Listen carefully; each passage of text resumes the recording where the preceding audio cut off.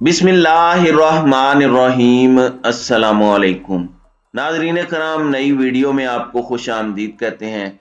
चौधरी परवेज इलाही और उनके बेटे मोनिस इलाही और उनके ग्रुप ने पाकिस्तान तहरीक इंसाफ में शामिल होने या फिर अपनी पार्टी काफ लीग को पीटीआई में जम करने का फैसला कर लिया है, लेकिन इस फैसले के साथ बहुत से खदशात उभर कर सामने आ चुके हैं। काफ लीग को पीटीआई में जम कौन करा रहा है, इस हवाले से ना सिर्फ इमरान खान के लिए उनके अपने लोगों की जानिब से एक वार्निंग जारी की गई है और मुख्तदर हलकों के ऊपर एक मरतबा फिर से क्वेश्चन मार्क लग चुका है। इस सब में यहां तक बात जा पहुंची है कि मिशन प्राइम मिनिस्टर परवेज इलाही, इस मिशन का भी इस वक्त बहुत ज्यादा ढिंढोरा पीटा जा रहा है। इस हवाले से क्या तफसीलात हैं और परवेज इलाही के लिए जो मुश्किलात पैदा हो रही हैं काफ लीग के हवाले से, शुजात हुसैन के हवाले से, और उससे भी बढ़कर जो इस वक्त परवेज इलाही के साथ हैं चौधरी वजाहत और उनके बेटे हुसैन इलाही, उनकी एक ऑडियो भी सामने लाई गई है। तो इस वक्त बहुत कुछ चल रहा है। दो हिस्सों में आपके सामने ये सारी चीजें मैं रखूंगा।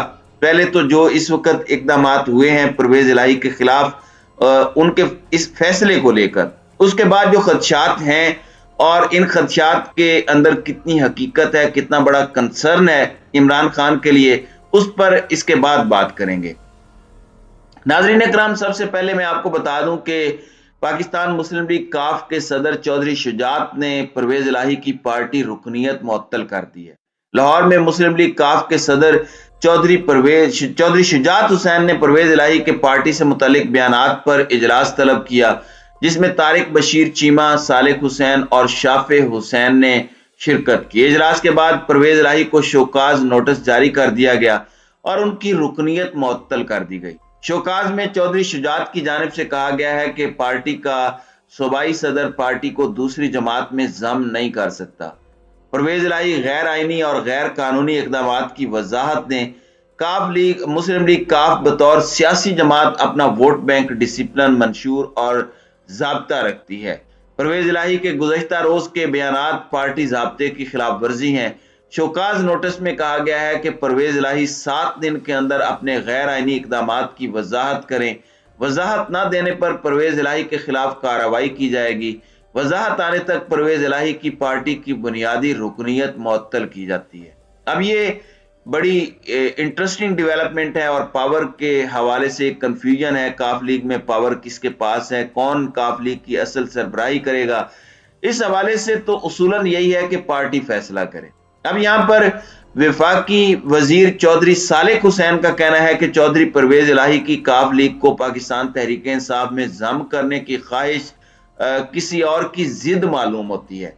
चौधरी सालिक हुसैन ने अपने बयान में कहा कि परवेज इलाही की काफ लीग को पीटीआई में जम करने की ख्वाहिश उनकी अपनी नहीं लगती। वफाकी वजीर ने मजीद कहा कि बच्चों की अना और ख्वाहिशात पर सियासी फैसले करने से पहले अपनी कही बातें याद कर लें। जिसे आप चला हुआ कारतूस बोल रहे हैं, उन्हीं के सबब पार्टी की पहचान और इज्जत है। गालिबन ये चौधरी शुजात हुसैन के बारे में जिक्र कर रहे हैं। अब यहाँ पर एक जानिब ये हुआ है तो वहीं दूसरी जानिब काफ लीग के रहनुमा चौधरी वजाहत हुसैन और उनके बेटे की एक मुबैना ऑडियो लीक कर दी गई है। ऑडियो लीक में सुना जा सकता है कि चौधरी वजाहत हुसैन कह रहे हैं कि वोट काउंट होगा कि नहीं, जिस पर हुसैन इलाही जवाब देते हैं कि जो वोट ऑफ कॉन्फिडेंस होगा उसमें हमारा वोट तो किसी तरफ भी नहीं आएगा। उन्होंने बस 186 पूरे करने हैं, नहीं 172 पूरे करने हैं। नेशनल असेंबली में पार्लिमानी पार्टी उनके पास है। अभी पार्लिमानी लीडर तो मोनिस भाई हैं,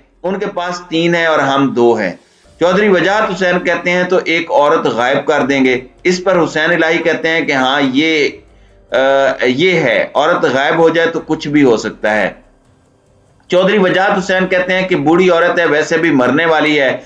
हुसैन इलाही इस पर कहते हैं कि मोनिस भाई को आइडिया देता हूं, औरत को वेकेशन पर भेज दें। इसके बाद चौधरी वजाहत हुसैन कहते हैं इसको गायब करने में 10 मिनट लगने हैं और लाहौर में कर देंगे। अब ये एक बहुत बड़ा पिंडोरा बॉक्स है। इसमें एक सर्विंग खातून एमएनए जो काफ लीग की हैं, उनके अगवा और गालिबन और उनको गायब करने की बातें हो रही हैं। तो ये बहुत बड़ा इल्जाम है और काफ लीग के 5 वोट शहबाज शरीफ के एतमाद के लिए بڑے ڈیسائسو ہوں گے، اور ان میں سے اگر 3 بھی پڑ جاتے ہیں اس کو روکنے کے لیے، کیونکہ مونے صلاحی پارلیمانی لیڈر ہیں، ان 5 بندوں میں سے 3 بندے مونے صلاحی کو پارلیمانی لیڈرشپ سے ہٹا سکتے ہیں۔ اگر انہوں نے کہا تو پھر یہ سارے ووٹ ادھر پڑیں گے۔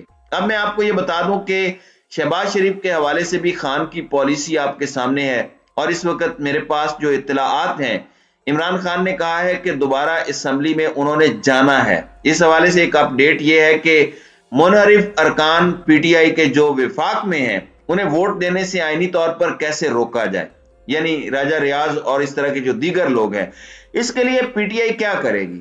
پی ٹی آئی اپنے 127 ارکان نہیں بلکہ 22 سے 25 ارکان قومی اسمبلی کو ایوان میں بھیجے گی، اور اس سب کے اندر ظاہری بات ہے پھر اکثریتی پارلیمانی پارٹی جو قومی اسمبلی میں ہے وہ پی ٹی آئی کے پاس ہوگی، عمران خان کے پاس ہوگی، منحرف لوگوں کے پاس نہیں ہوگی، اور پارٹی کے اکثریتی فیصلے کی خلاف ورزی پر منحرف ارکان کے خلاف نااہلی کی کارروائی بھی شروع کر دی جائے گی۔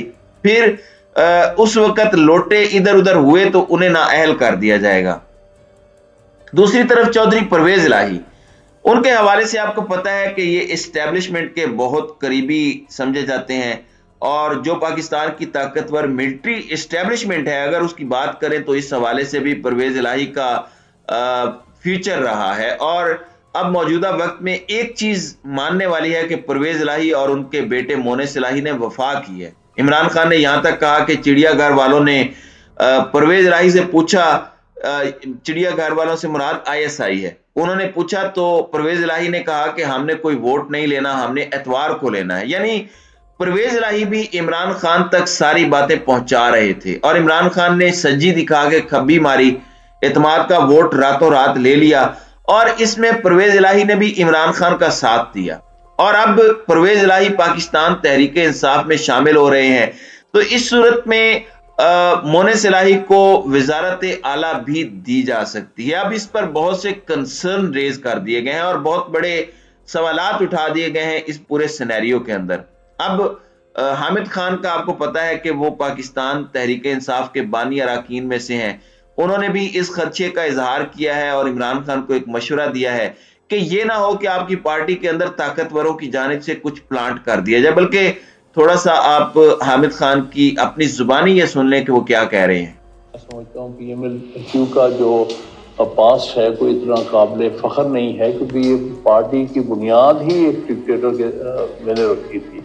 یہ تو جو عمران خان صاحب نے باجوہ کے خلاف کوئی بیان دیا تو اگلے دن ہی رپورٹ کیا پرویز الہی نے، کیونکہ وہاں سے اشارہ آ گیا۔ پاکستان کی تاریخ میں مائنس کی سیاست جو ہے وہ بڑی رہی ہے۔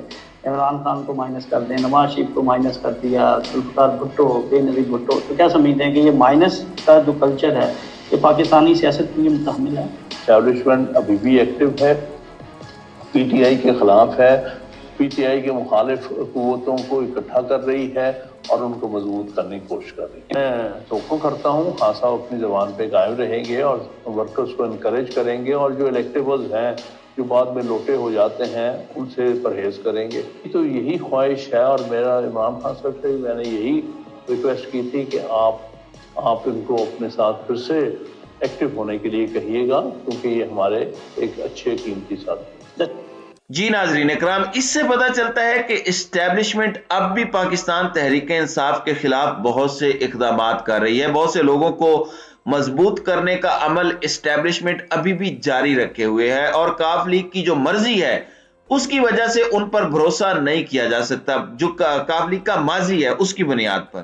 اور چودھری پرویز الہی نے جو جنرل باجوہ مخالف سٹیٹمنٹ جب عمران خان نے دی تھی ایک پریس کانفرنس میں، اس پر جیسے رد عمل دیا، جس طرح سے باتیں کی، تو وہ بھی سوچنے کے لائق ہیں۔ تو اس وقت تک کی تو یہی صورتحال ہے، اب دیکھتے ہیں کہ آئندہ آنے والے وقت میں کیا ہوتا ہے۔ تو ناظرین کرام، آپ کی اس ویڈیو کے حوالے سے کیا رائے ہے؟ آپ اپنی رائے کا اظہار کامنٹ سیکشن میں ضرور کیجیے گا۔